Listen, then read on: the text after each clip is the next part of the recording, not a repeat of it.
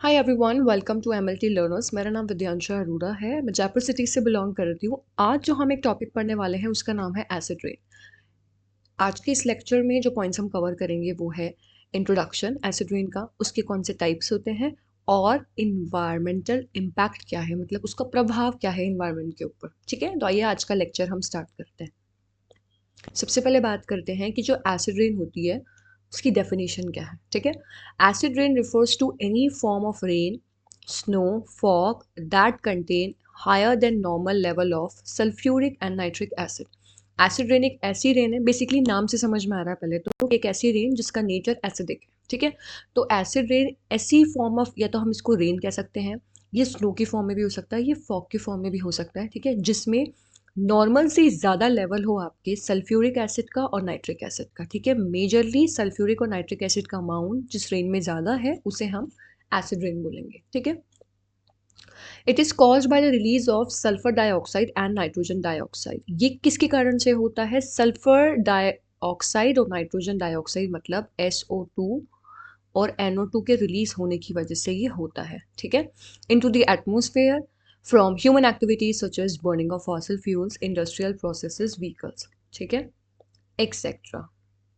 तो acid rain किसकी वजह से होती है? जब सल्फर डाइऑक्साइड और नाइट्रोजन डाइऑक्साइड एटमॉस्फेयर में रिलीज हो। अब ये रिलीज कहाँ से होते हैं? ह्यूमन एक्टिविटी की वजह से रिलीज होते हैं। ठीक है, जैसे फॉसिल फ्यूल की बर्निंग होने की वजह से इंडस्ट्रियल प्रोसेसेस हो रही है, इंडस्ट्रीज में जो धुआं निकल रहा है, व्हीकल्स में से जो धुआं निकल रहा है। ठीक है, इन पॉल्यूशंस वाली चीज़ों के अंदर से जब SO2 और NO2 इन्वायरमेंट में, एटमॉस्फेयर में कंट्रीब्यूट करते हैं, आगे जाके एक ऑक्सीडेशन होता है, फिर ये वाटर के साथ में रिएक्ट करते हैं तो सल्फ्यूरिक एसिड और नाइट्रिक एसिड का प्रोडक्शन होता है। ठीक है, वो हम आगे देखेंगे।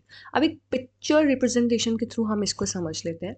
देखो, सबसे पहले ये इवोपरेशन वर्ड लिखा हुआ है, इसका क्या मतलब है? इवोपरेशन मतलब कि पानी का उड़ना। ठीक है, ये पानी उड़ के भाप, भाप जैसे बन के ऊपर की तरफ जा रहा है। तो भाई ये इवोपरेशन का फंक्शन क्या है? तो इवोपरेशन की वजह से आपका क्लाउड फॉर्मेशन होगा। ठीक है, बादल बनेंगे।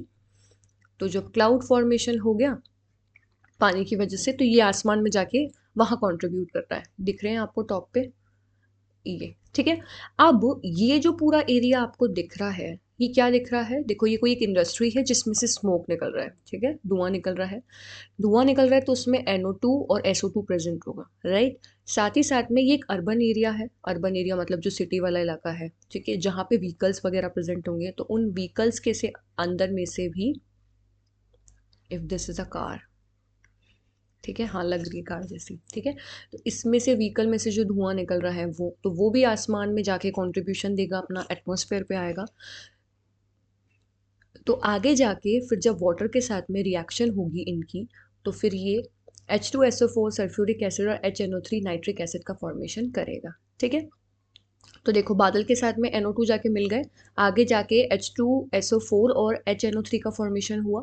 फिर जब इन्हीं बादलों से, जिसमें पानी, एसिड रेन का वाटर प्रेजेंट है और साथ ही साथ में SO2 NO2 वगैरह प्रेजेंट है, तो जब इनसे बारिश होगी वापस से, तो ये देखो, ये पूरा जो H2SO4 और HNO3 है, ये बह के नीचे वापस से वाटर बॉडीज के अंदर आ रहा है, या किसी ऐसी एरिया में जा रहा है जहाँ पे मॉन्यूमेंट और इंडस्ट्रियल एरिया है, कोई बिल्डिंग्स वगैरह है, तो वहाँ पे जाके फिर एसिड रेन अपना असर दिखाती है। ठीक है, तो इस तरीके से कुछ एसिड रेन होती है। एंड में H2SO4 HNO3 जाएगा तो उसकी वजह से एसिड रेन का फॉर्मेशन होगा। ठीक है, अब देखो हम बात कर लेते हैं मैकेनिज्म ऑफ एसिड रेन, कि इसका मैकेनिज्म कैसे होता है। भाई सबसे फर्स्ट स्टेप आता है इसका एमिशन ऑफ पॉल्यूटेंट्स, पॉल्यूटेंट्स का एमिट होना, निकलना। ठीक है, the primary pollutant leads to acid rain are sulphur dioxide और नाइट्रोजन ऑक्साइड। सबसे पहले जो सबसे प्राइमरी पॉल्यूटेंट जो होते हैं एसिड रेन में, वो आपके होते हैं सल्फर डाइऑक्साइड और नाइट्रोजन ऑक्साइड्स। ठीक है, these gases are released mainly from burning of fossil fuels, volcanic eruption, human activities, industries, vehicles, etc. ठीक है, तो ये गैसेस कहाँ से रिलीज होते हैं? कोई फॉसिल फ्यूल की बर्निंग की वजह से, वॉल्केनिक एरप्शन की वजह से, ह्यूमन एक्टिविटीज़ की वजह से ये निकल के, ये पॉल्यूटेंट इन्वायरमेंट में आएंगे। ठीक है, अब ये इन्वायरमेंट में आ चुके हैं। सबसे फर्स्ट स्टेप यही था कि पॉल्यूटेंट्स का रिलीज हो जाना। ठीक है, दूसरा देखते हैं, transformation and formation in the atmosphere, अब इनका इन्वायरमेंट में ट्रांसफर होना और इसका फॉर्मेशन होना, ठीक है। These pollutants undergo complex chemical reaction in the atmosphere that leads to formation of sulphuric and nitric acid. अभी ये पॉल्यूटेंट्स इन्वायरमेंट में आने के बाद में रिएक्शंस करते हैं, केमिकल रिएक्शंस करते हैं, और फिर उससे जाके बाद में सल्फ्यूरिक एसिड और नाइट्रिक एसिड का फॉर्मेशन होता है। अब हम सबसे पहले देखते हैं कि सल्फ्यूरिक डाइऑक्साइड का रिएक्शन कैसे हो रही है, सल्फर डाइऑक्साइड की, सॉरी, है ना।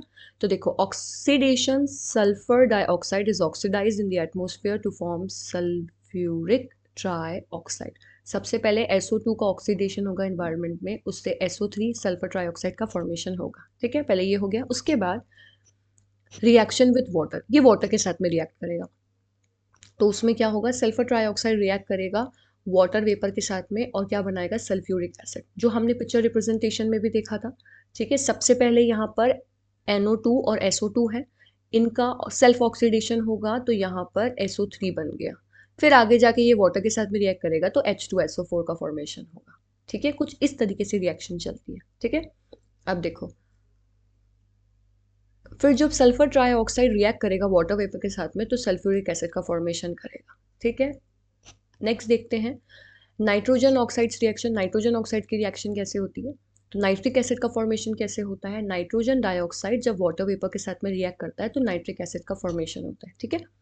तो सल्फ्यूरिक एसिड का फॉर्मेशन हो गया, नाइट्रिक एसिड का फॉर्मेशन हो गया।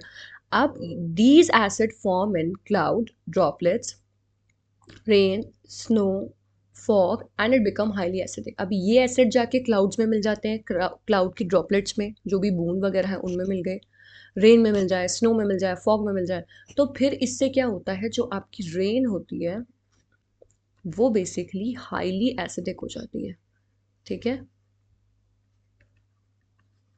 और जब रेन हाईली एसिडिक है तो बाद में जब कभी बारिश होगी तो वो वाली रेन कैसी हो जाएगी, उसी रेन को हम बोलेंगे एसिड रेन। आई होप आपको इतना क्लियर हुआ होगा। अब देखो, बात करते हैं एसिड डिपोजिशन की, ठीक है। The two main processes through which acid forming pollutants are removed from the atmosphere and deposited on the earth, they are called acid deposition.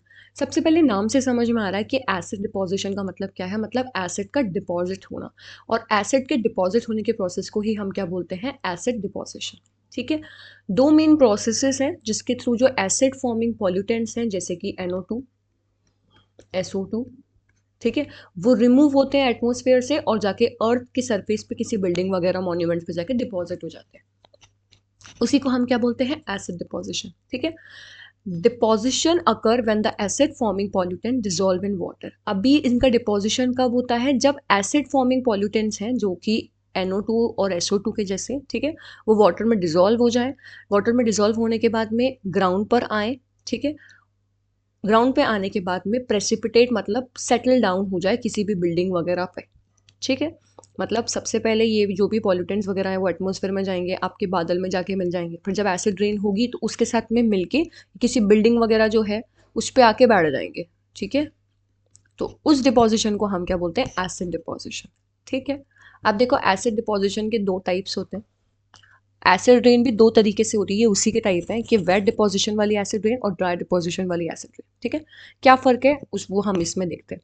सबसे पहले वेट डिपोजिशन का मतलब क्या है, when acid forming pollutant dissolve in water and fall to the ground with rain, snow, fog that contain acidic components specially sulphur and nitric acid.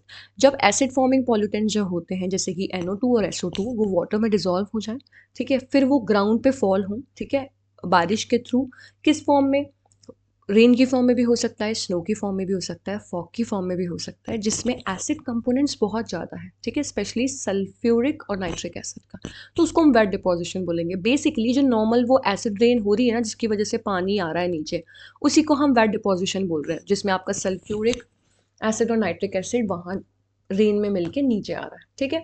तो अब dry deposition क्या है, when acid particles and gases deposit directly onto the surface in the absence of air, snow और fog. अभी यहाँ पर बारिश के अंदर ही ये जो SO2 NO2 वगैरह थे वो एटमॉस्फेयर में मिलके फिर बारिश के थ्रू ये किसी मॉन्यूमेंट या बिल्डिंग पे आ रहे थे।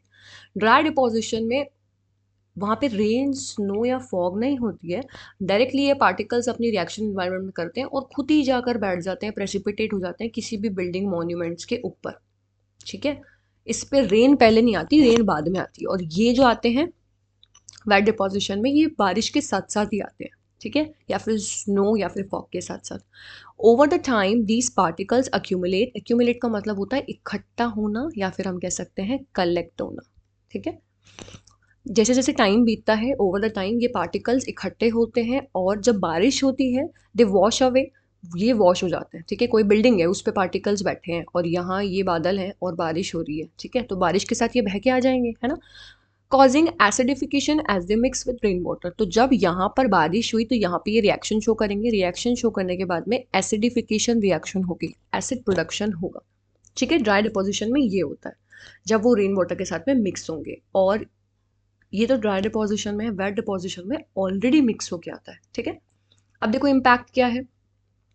ये डायरेक्टली एसिड अमाउंट बढ़ा देते हैं, पीएच जो है वो 7 से कम कर देते हैं, लेक का, रिवर का, फॉरेस्ट का, सॉइल का, और प्लांट लाइफ को डैमेज करते हैं।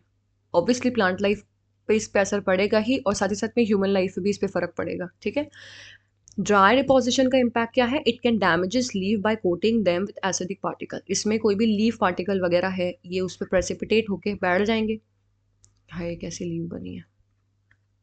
ठीक है, तो इस पर जाके बैठ जाएंगे, है ना, और वो डिग्रेड करेंगे कोई भी बिल्डिंग पार्टिकल जिस पे भी वो जाके बैठ गए हैं, और स्टोन स्ट्रक्चर्स को वीक करेंगे। ठीक है, ये भी वही डैमेज कर रही है, वेट डिपोजिशन भी वही डैमेज कर रहा है। ठीक है, अब देखो एक पिक्चर के थ्रू हम इसको समझ लेते हैं।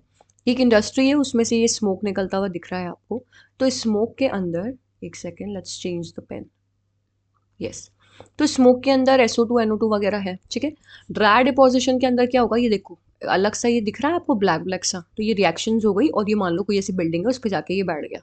ठीक है, वेट डिपोजिशन में क्या होगा, ये रिएक्शन करेगी, H2SO4 और HNO3 का फॉर्मेशन होगा, जो कि इसमें भी होता है।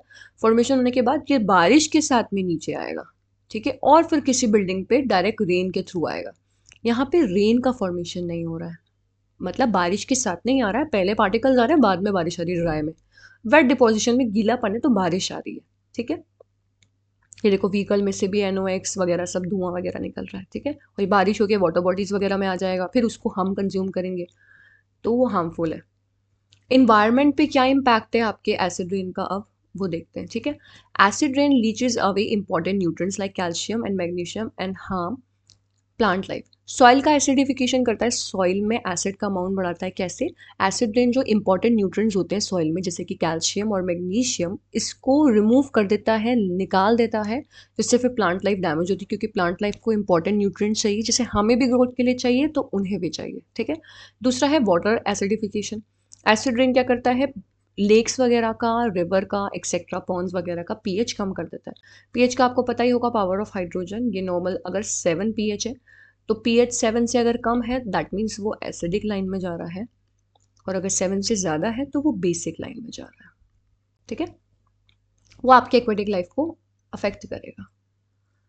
अब उसके बाद है इंफ्रास्ट्रक्चर एंड बिल्डिंग्स।